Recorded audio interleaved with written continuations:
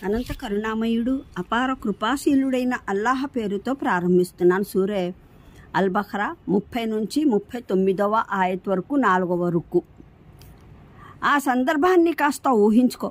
అప్పుడు నీ ప్రభువు దైవదూతలతో నేను భూమిలో ఒక ప్రతినిధిని ఖలీఫాను నియమించబోతున్నాను అని అన్నాడు.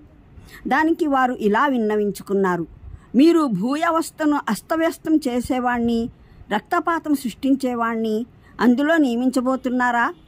మేము మీ స్తోత్రంతో పాటు మీ పవిత్రతను, మీ పరిశుద్ధతను కొనియాడుతూనే ఉన్నాము కదా. అప్పుడు అల్లాహ్, మీకు తెలియనివి ఎన్నో నాకు తెలుసు అని సెలవిచ్చాడు. ఆ తర్వాత ఆదంకు అల్లాహ్ వస్తువులన్నింటి పేర్లు నేర్పాడు. ఆ పైన వాటిని దైవదూతల ముందుంచి, మీరు ప్రతినిధి నియామకం వల్ల వ్యవస్థ అస్తవ్యస్తం అవుతుందని చెప్పేదే నిజమైతే కాస్త ఈ వస్తువుల పేర్లేమిటో తెలుపండి అని పురమాయించాడు. వారు ఇలా మనవి చేసుకున్నారు: దోషం లేని పరిశుద్ధులైతే తమరే. తమరు ప్రసాదించినంత మేరకే తప్ప మాకు వేరే జ్ఞానం లేదు. వాస్తవానికి అన్నీ తెలిసిన వారు, అర్థం చేసుకునేవారు తమరే. అప్పుడు అల్లాహ్ ఆదంకు, నీవు ఈ వస్తువుల పేర్లేమిటో వీరికి తెలుపు అని చెప్పాడు.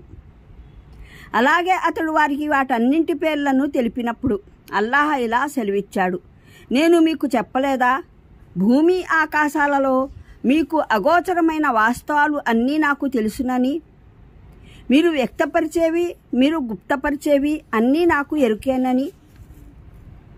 పితప మేము దైవదూతలను ఆదం సమక్షంలో తలవంచండని ఆదేశించినప్పుడు అంతా తలవంచారు. కానీ ఇబ్లీస్ ధిక్కరించాడు. వాడు దురహంకారానికి గురయ్యాడు, అవేధీయుల్లో చేరిపోయాడు. తర్వాత మేము ఆదంకు ఇలా చెప్పాము: నీవు నీ భార్య ఇరువురు స్వర్గంలో బస చేయండి. మీరిక్కడ సమృద్ధిగా, సంతృప్తిగా, యథేక్షగా తినండి. కానీ ఈ చెట్టు దరిదాపులకు చేరకండి, లేకపోతే అత్యాచారులుగా పరిగణించబడతారు. చివరికి శైతాన్ వారు ఉభయుల్ని ఆ చెట్టు విషయంలో పురికొల్పి మా ఆజ్ఞాపాలన నుండి తొలగించాడు. వారున్న స్థితిలో నుంచి వారిని బయటపడజేశాడు.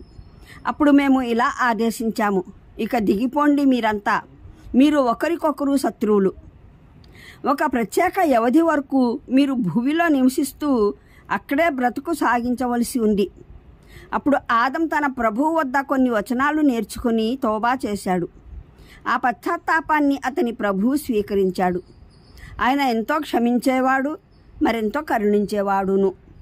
మేము ఇలా ఆదేశించాము: మీరంతా ఇక్కడి నుండి దిగిపోండి. ఆ తర్వాత నా వద్ద నుండి ఏదైనా మార్గదర్శకత్వం మీకు అందినప్పుడు నా మార్గదర్శకత్వాన్ని అనుసరించే వారికి ఏ భయము కలగదు, వారు దుఃఖించే సందర్భము రాదు. మరెవరైతే దాన్ని తిరస్కరిస్తారో, మా ఆయట్లను, అసత్యాలని తృణీకరిస్తారో వారే అగ్నిలోకి పోయేవారు. వారు సర్వదా అక్కడే ఉంటారు. 36వ వివరణ. పై రుక్కులో ఇచ్చిన దైవదాస్య సందేశానికి ఈ విషయాలు ఆధారం. ఆయన మీ సృష్టికర్త, పరిపోషకుడు. ఆయన ఆధీనంలోనే మీ జీవన మరణాలు ఉన్నాయి. మీరు నివసిస్తున్న ఇసుక వ్యవస్థకు స్వామి, నిర్వహణకర్త ఆయనే కనుక ఆయన దాస్యం చేయడం తప్ప మీకు మరో విధానం సబబైనది కాజాలదు. ఇక ఈ రుక్కులో అదే సందేశం ఈ ప్రాతిపదికలపై అందజేయబడుతుంది. ఈ ప్రపంచంలో దేవుడు మిమ్మల్ని తన ఖలీఫా, సాధికార ప్రతినిధిగా నియమించాడు. ఖలీఫా అవడం చేత మీ బాధ్యత కేవలం ఆయన దాస్యం చేయడం మాత్రమే కాదు, ఆయన పంపిన మార్గదర్శకత్వం ప్రకారం పని చేయడం కూడా మీ బాధ్యతే.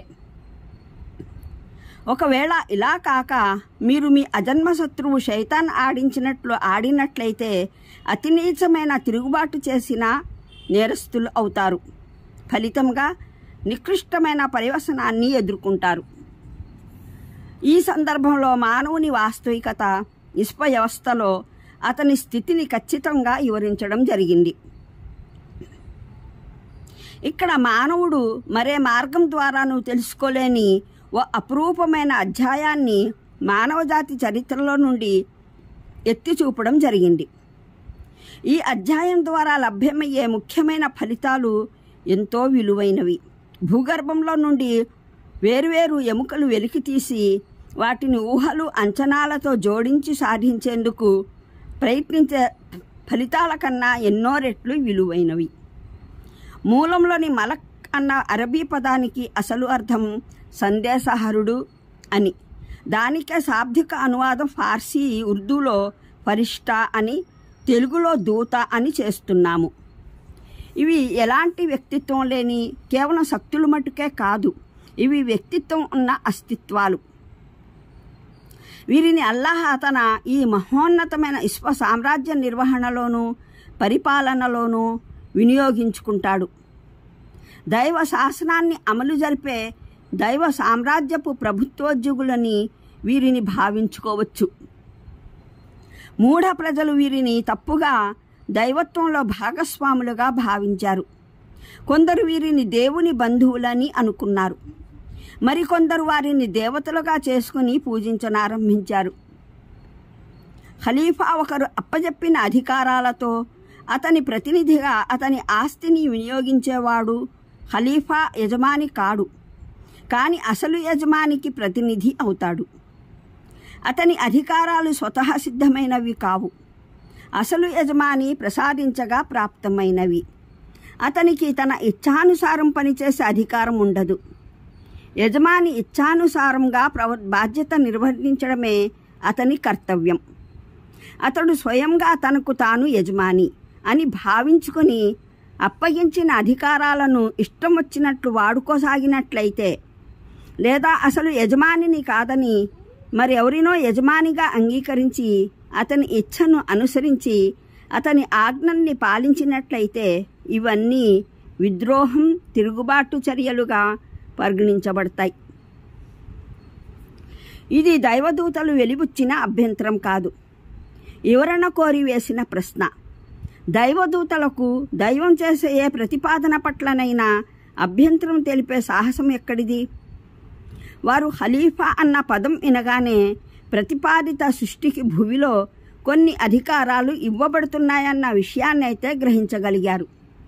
కానీ ఈ విశ్వ సామ్రాజ్య వ్యవస్థలో ఒక సాధికార సృష్టికి అవకాశం ఏర్పడటం ఎలా సాధ్యం?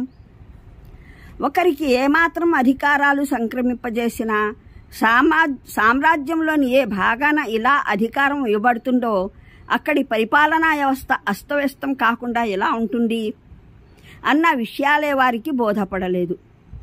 దీన్నే వారు అర్థం చేసుకోదలిచారు. ఈ వాక్యం పలికిన దైవదూతల ఉద్దేశం ఖిలాఫత్, ప్రాతినిధ్యం మాకివ్వాలి, మేము దానికి యోగ్యులము అన్నది కాదు.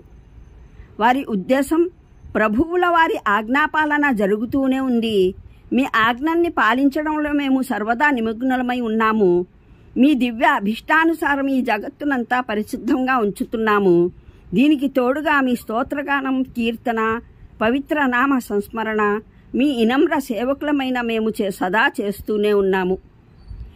ఇప్పుడు ఏమి తక్కువైందని ఈ ఖలీఫా అవసరం ఏర్పడింది? మేము దీని మర్మాన్ని, హేతువును అర్థం చేసుకోలేకపోయాము అన్నది. మూలంలోని తస్బీహ్ అనే పదానికి 2 అర్థాలు ఉన్నాయి. పరిశుద్ధతను కొనియాడటం అనే అర్థము ఉంది, చురుగ్గా కార్యోన్ముఖులై దీక్షతో కృషి చేయడం అని కూడా అర్థముంది. అలాగే తఖ్దీస్ అనే పదానికి 2 అర్థాలు వస్తాయి. ఒకటి పవిత్రతను అభివ్యక్తం చేయడం, దాన్ని ప్రకటించడం, 2 పరిశుద్ధపరచడం. అనంత కరుణామయుడు, అపార కృపాశీలుడైన అల్లాహ్ పేరుతో ప్రారంభిస్తున్నాను. సూరే అల్-బఖరా 30 నుంచి 39వ ఆయత్ వరకు 4వ రుక్కు. ఆ సందర్భాన్ని కాస్త ఊహించుకో. అప్పుడు నీ ప్రభువు దైవదూతలతో, నేను భూమిలో ఒక ప్రతినిధిని, ఖలీఫాను నియమించబోతున్నాను అని అన్నాడు. దానికి వారు ఇలా విన్నవించుకున్నారు.